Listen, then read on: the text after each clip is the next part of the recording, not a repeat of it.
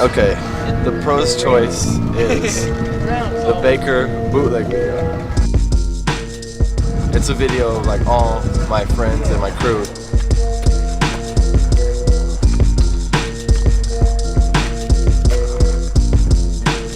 There wasn't anything, but when it got made, made us start to think about how we were gonna form the company and everything like that. And it just has all my friends in it.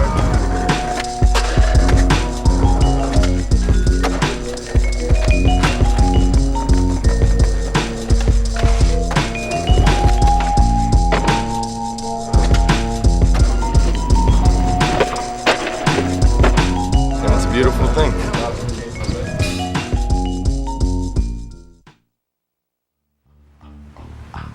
These AMs are just taking over the world, you know, like god damn. I mean, look at skateboarding now. The bar has been raised. I mean, they're so hungry, they're pushing each other so hard. The caliber by which they're judged is ridiculous. It's scary. Team managers today are facing an ever-increasing number of young amateurs, some practically unknown, with skill levels that seem incredible, especially considering the short amount of time many of them have been skating.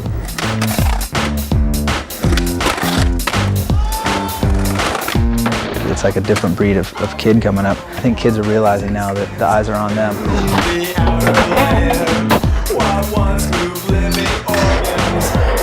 With almost every skate company in existence showcasing one or more amazing new young riders, many kids are finding themselves being offered a salary long before even considering turning pro. And that's kind of confusing for them, I think, because I don't know if they're skating for the right reasons. Then they get caught up in this whole business side of things, and it's skating to them takes on a different form.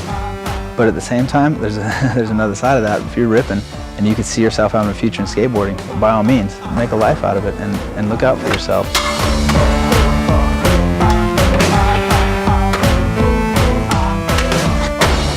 Keep up with these kids. It's human nature. It's just the physics. Definitely the older guys, it gives them a stronger drive. I think it's safe to say that most AMs are seriously better than the pros.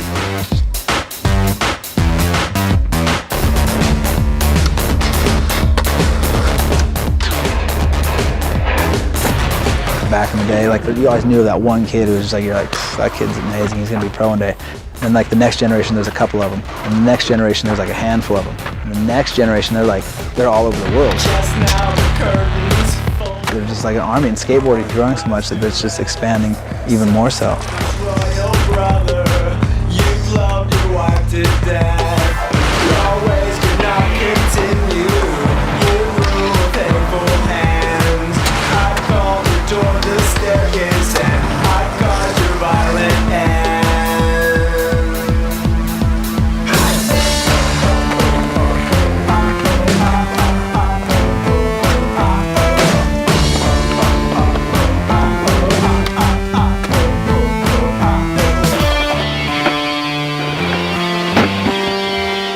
Their attitude, their whole persona, it means a lot. Because you can tell when someone's skating. I'm just keeping my eyes on these new AMs and seeing who's gonna make it and who isn't. You gotta earn it, man. You gotta put in time. That's part of what I gotta do with these guys, is help them grow. Jeremiah is amazing. He's got such talent as a skateboarder.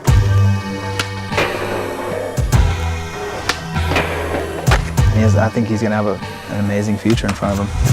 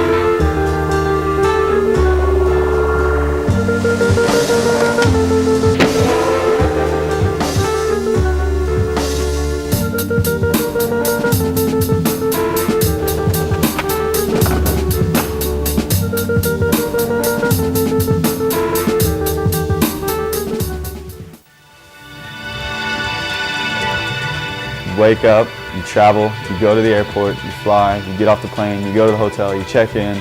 We're doing this video, so we're trying to street skate, so we go immediately to street skate, you know, then we go to the demo, come back, try to eat, and then try to sleep as much as we can, because basically, I mean, for the most part, we're going to wake up and do the same thing over again. It should be so easy, but that's the thing, basically.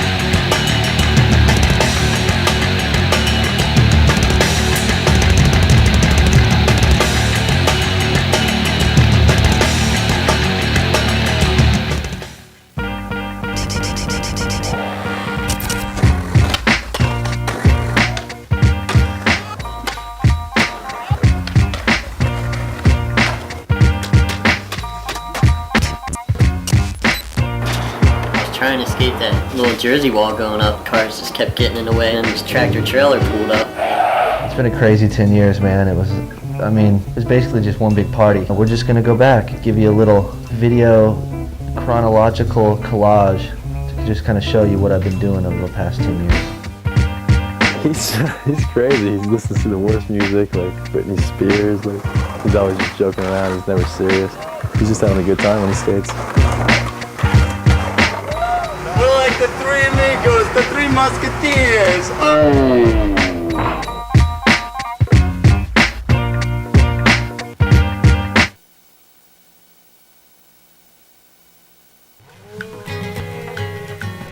Alright. What's up? It's Chad Muska, chilling with Dustin Deerdorf. chilling here for Circle Footwear with Video Magazine. You know how we do this? About to open up the bag of tricks here, I gotta edit that one up. When it comes time to, we need to do a new shoe for Chad, I try not to really get too much of a style from another shoe. I try to get that from the skater, like Chad in this case, We look at his style, what he's into at the time, what he's wearing, whatever. My influence is from the street, man, you know what I'm saying?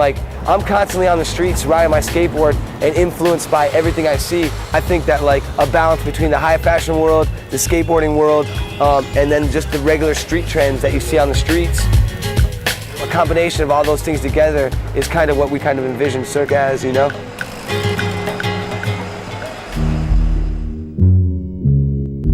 This, kids, is how shoes are made. Computer and your brain. The world's greatest computer is right here. The way that the process usually goes, though, you come up with a concept, it takes about a week getting it down on paper. Something we had kind of talked about for a while is doing a really good inner sock for a shoe. Just different than it's ever been done before in a skateboard shoe.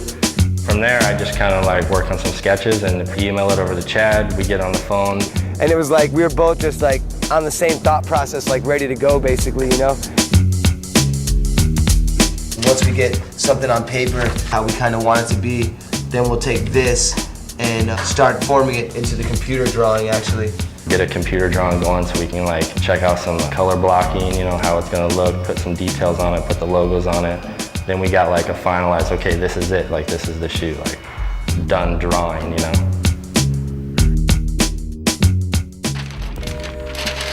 So from there, then I go into making spec sheets on breaking down every detail of the shoe, for the factory to understand what we're trying to get here. And there's different factories that do each piece usually, right? There's one. Yeah, there's different factory for the shoelaces, the mesh, the logos, the leather. It's incredible how many people and how much time is involved into just putting together one pair of shoes. At one factory, they'll make the iron mold, and then from there, that'll go on to the other factories. They use that mold to press the rubber for the soles. They'll die cut the rubber sheets into general shapes of the soles. Then they have to put those into the heat presses, which will press the rubber and melt it into the mold. Then they have to take it out, and then they'll pull it out, and then you got basically the whole sole. And then they take it to a separate area where they will cut the excess rubber around the edges and finish off the edges. Yeah, separate factory is where they make the upper materials and the mesh. All that's woven by machines for all different types of materials.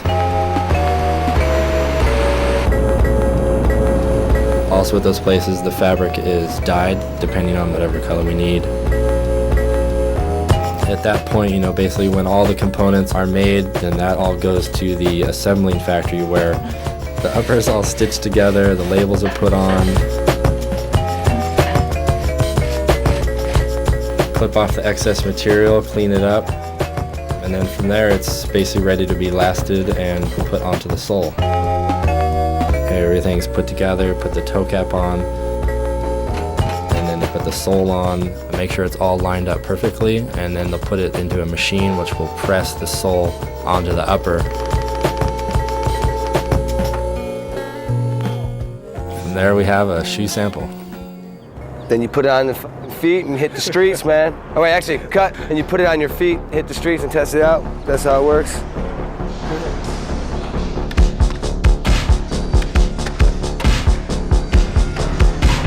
The park is a pretty good place because if you can come here, you can bring a couple extra sets of shoes, to test them out and figure out what needs to be changed on them and stuff.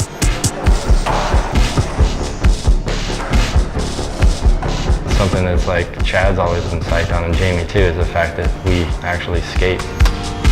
I skate in these shoes and test them at the same time that he is,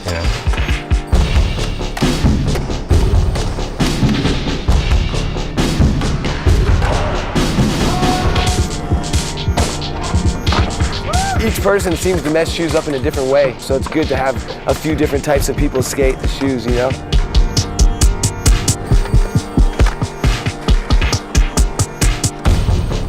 He called me on the phone and was like, "This is the best skate shoe I've ever had." That was from the first sample that he rode. We were really on point with this one as design-wise. And then I think mainly the toe cap was like a different mold. We had to get a better mold so it didn't hurt your toes against the end of it. To me, it's really crazy, man, because with us, it just seems like our relationship with the factories just keeps getting better and more solid. The communication just gets there more. I mean, the first sample we got from this was really close. So once we get through all of the corrections and testing to the samples, then we end up with a final confirmation sample, which is basically a perfect sample. From there, the shoe is ready to go into production, which is in China. It's about a 3-month process. From there, the shoes are shipped to us in the States. And finally, about 1 year later from where we started the process, we're ready to ship it out to the stores. Little B, come here. We need a cameo appearance. What do you think about the new joints, man? You know, they're pretty hot, man. You know, I have to put them on and everything. Yeah, I like them, man. They're flexible, you know, pattern feels good. You know, I think it'll be a top seller. Oh! Brandon, let's find the homie, man.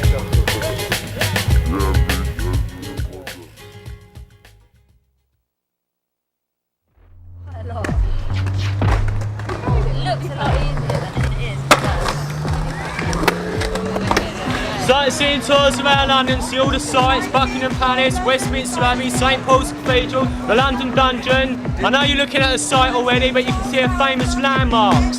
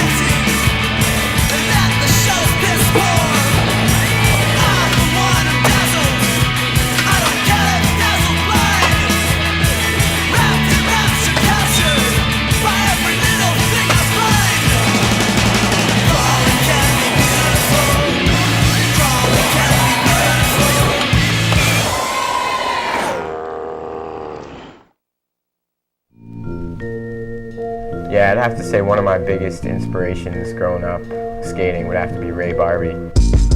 There was really no African-American street skaters or even really skaters at the time. Ray came out and it was just like boom, you know? All of a sudden you have like all these like different ethnicities skating, which is awesome. When I first saw him in like, I think it was Public Domain, Ban This and Pal Ads and stuff, I was just like, wow. And I remember just sitting in class and like drawing his graphics and putting my name in it. If you think about it, he's kind of like the Jackie Robinson of skateboarding, basically. Sounds kind of corny, but it's true. I mean, he's breakthrough, you know? And I mean, look at his skating, you know? Especially back in the day, I mean, he's mind-blowing.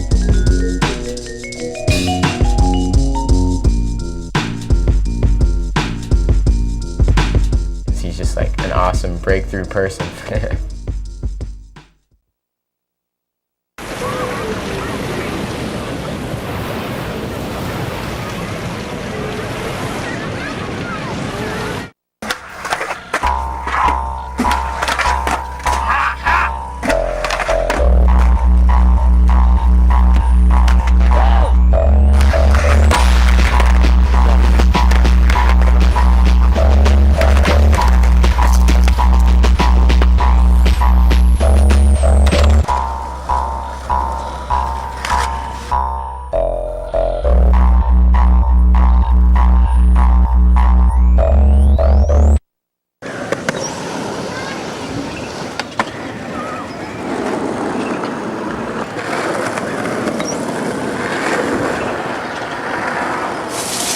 Hold on a second, mate. Yeah, no worries. Easy geezer, what's up, man? Oh, not a lot. Just see what you're up to later. Hello? Hello? Ah, bollocks.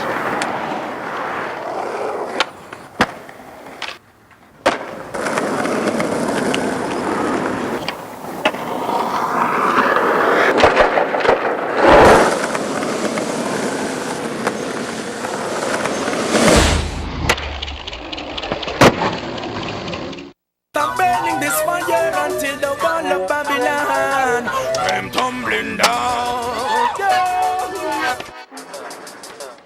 But now give them no chance. Rome a fi burn down. Rasta man a chant for Mr. Babylon come down. Be up on the till the whole of them start run down. Them a cut down the tree where they blossom. Now give them no chance. Rome a fi burn down. Rasta man a chant for Mr. Babylon come down. A beer vanity them got to run down. Go tell Babylon say them. I've been alone with you inside my mind. And in my dreams I've kissed your lips 1,000 times.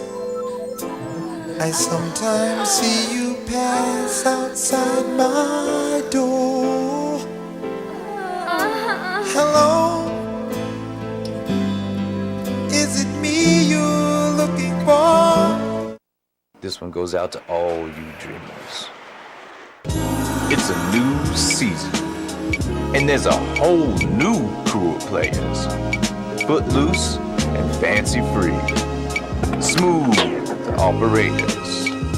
A whole new generation of spy terminators.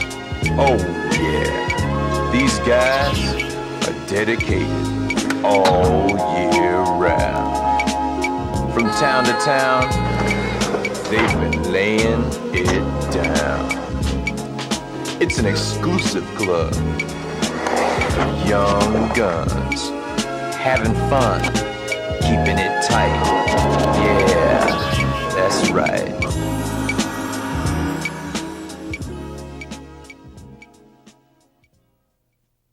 Now everybody try to find a good hiding place. This old tree is gonna be the base. Ready? Go.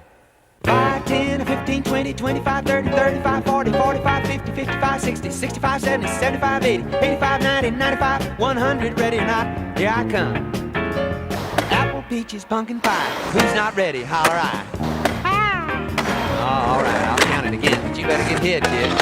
Here we go. 5, 10, 15, 20, 25, 30, 35, 40, 45, I can see. Bro, leave Cherry Park for once, bro. Go somewhere else. Went to FDR, and I think we got a good portion of his part done in one night. He started like, no, you can do it. I was like, all right. He said he was gonna grab my skateboard out of my hands and break it over my skull. So more denim going, a lot more Axl. He turned into Axl Rose. I was on the plane and I looked down and I actually saw that happening. What the hell, dude? Whose nose manual? And this is insane.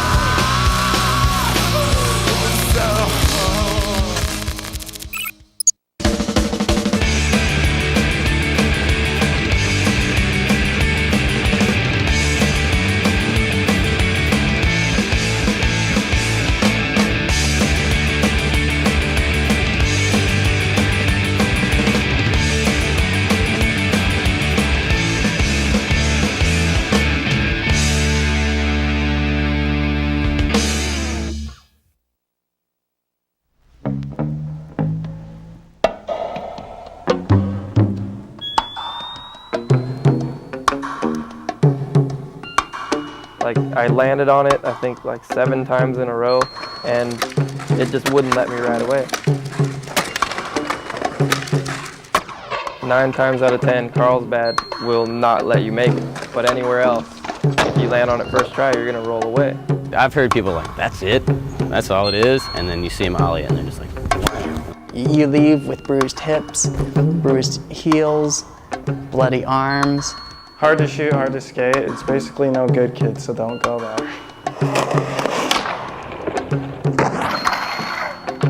Carlsbad, California, city by the sea. with its endless summers and a myriad of skater-friendly schools, has been a nurturing ground for many of Southern California skateboarders. Every weekend we'd go down there on Amtrak and just skate all around San Diego, all the spots. And that was one of the spots that was just a school in Carlsbad, and there was all kinds of spots at that school too, not just the Gap.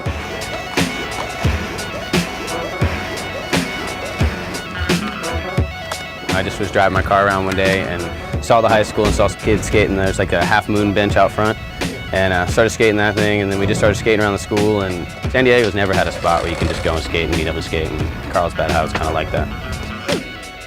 I didn't even skate the Gap first. We started ollieing the steps. They got the 2 separate grass gaps. Those things have just been in session for years. Oh, you guys gotta talk to Eric. Eric murdered it.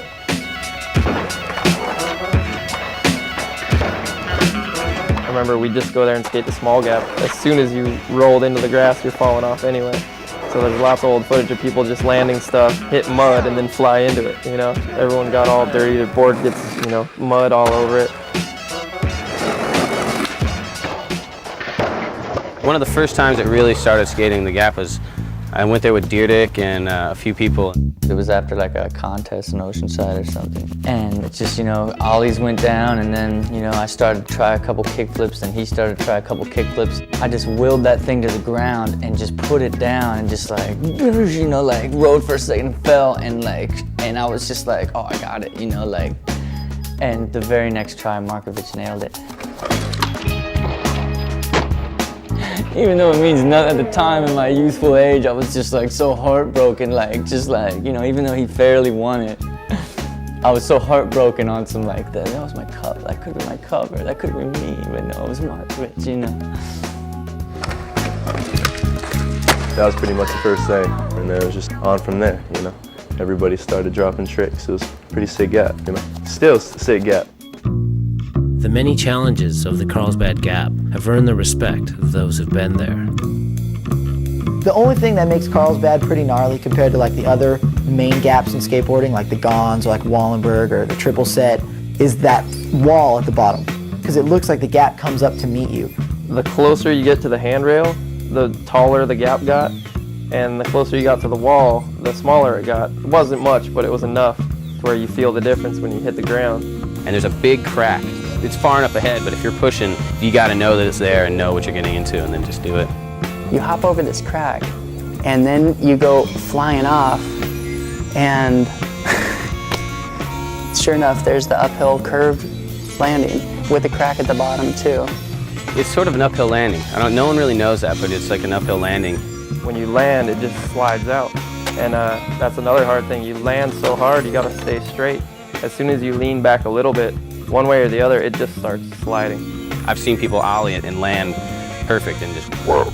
Stories of near makes and slams are as infamous as the tricks accomplished there. Sean Rogers just called me up like, yeah, you want to shoot? My crank landed on an ollie hard flip. I swear to this day, if there was no uphill, a lot more tricks would have gone down.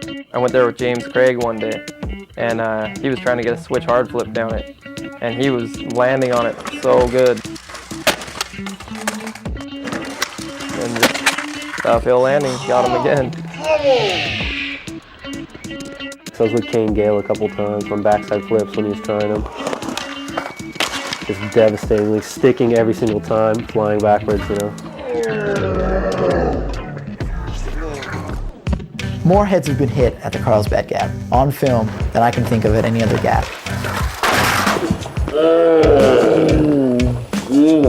I've hit my head a few times, I've been knocked out really bad one time. I've seen it happen 5-6 times, people get knocked out there. I did one where like I 360 flipped it, whooshed out and hit my head.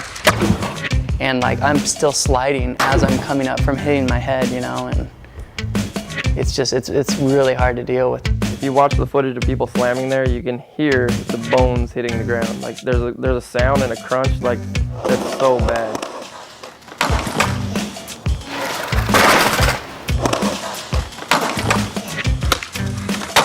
I think that's an evil gap. I think it's got a little mean streak to it.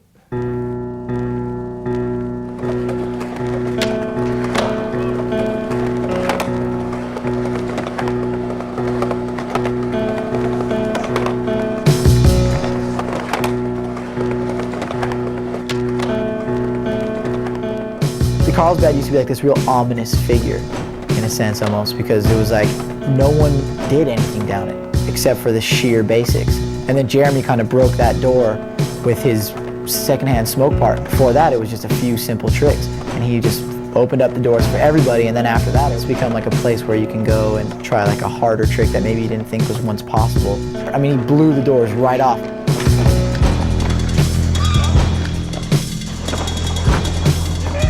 The frontside 360 for the time was really out of control. Just on the strength that it was just like a man's frontside 360. Jeremy Ray's like the only man that's ever 360s things, you know.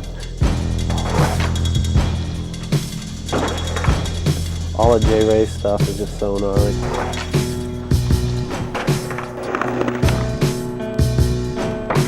I watched right there as he backside heel flipped that thing and landed. Made it through the uphill landing, curved around. I should give Alfonso Rawls little props for lip sliding the rail. You know, you got the wall at the bottom of the rail, and the rail's got this kink on the end of it, you know, and to me that's way gnarlier than anything that's been done down the gap.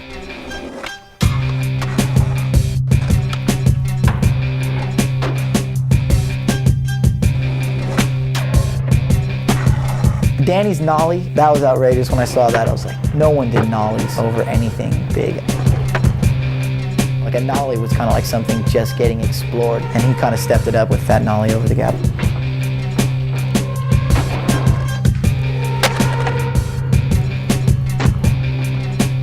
Josh Casper used to go there and he would just skate it like a normal gap, like even when he's not filming, just do tricks down it. I even went there and I skated it with him one day, and he did a 360 flip down it that day, just threw it out there. He ended up doing a heel flip over the rail too, like over the rail and over the gap. I hadn't seen anyone skate it like that before, so that was pretty cool. Chris Cole's switch frontside heel flip. You guys got that? That like came out of nowhere, you know? Brandon did that switch hard flip, man. It was like when he was pushing up to it, it looked like he might have caught something, you know what I mean? And then he was just like, you know, screw it. And just, wow. Some tight shit.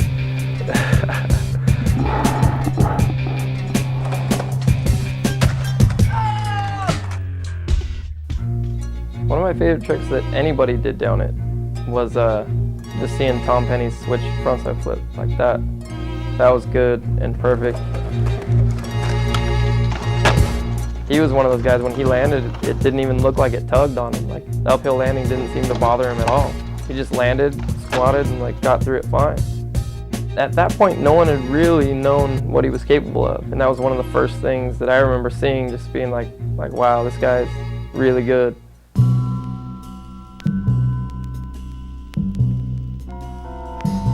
As skateboarding evolves and skaters search for bigger and better obstacles, only time will decide if the Carlsbad Gap will continue to be relevant.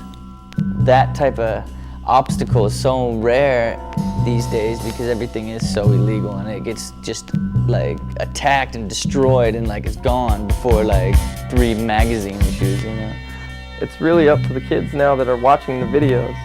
People are really paying close attention to everything that everyone's doing. And it's really up to them if it's as important as it used to be. There's more stuff to be done down that thing. I'd like to go back. It's not over. The session will go on.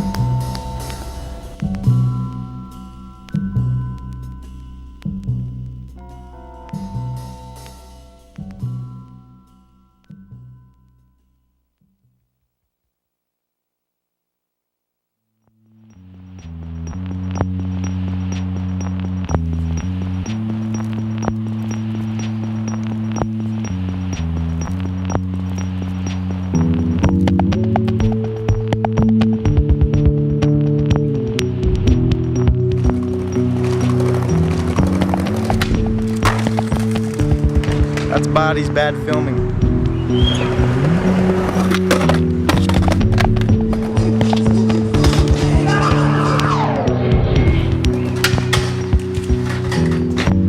Excuse me. My friend's trying to skateboard right just at the very spot. And I was gonna say, if you want, just even right there would be fun. Skateboard, frankly, I'd sooner I stay. I hate them. Have a nice day.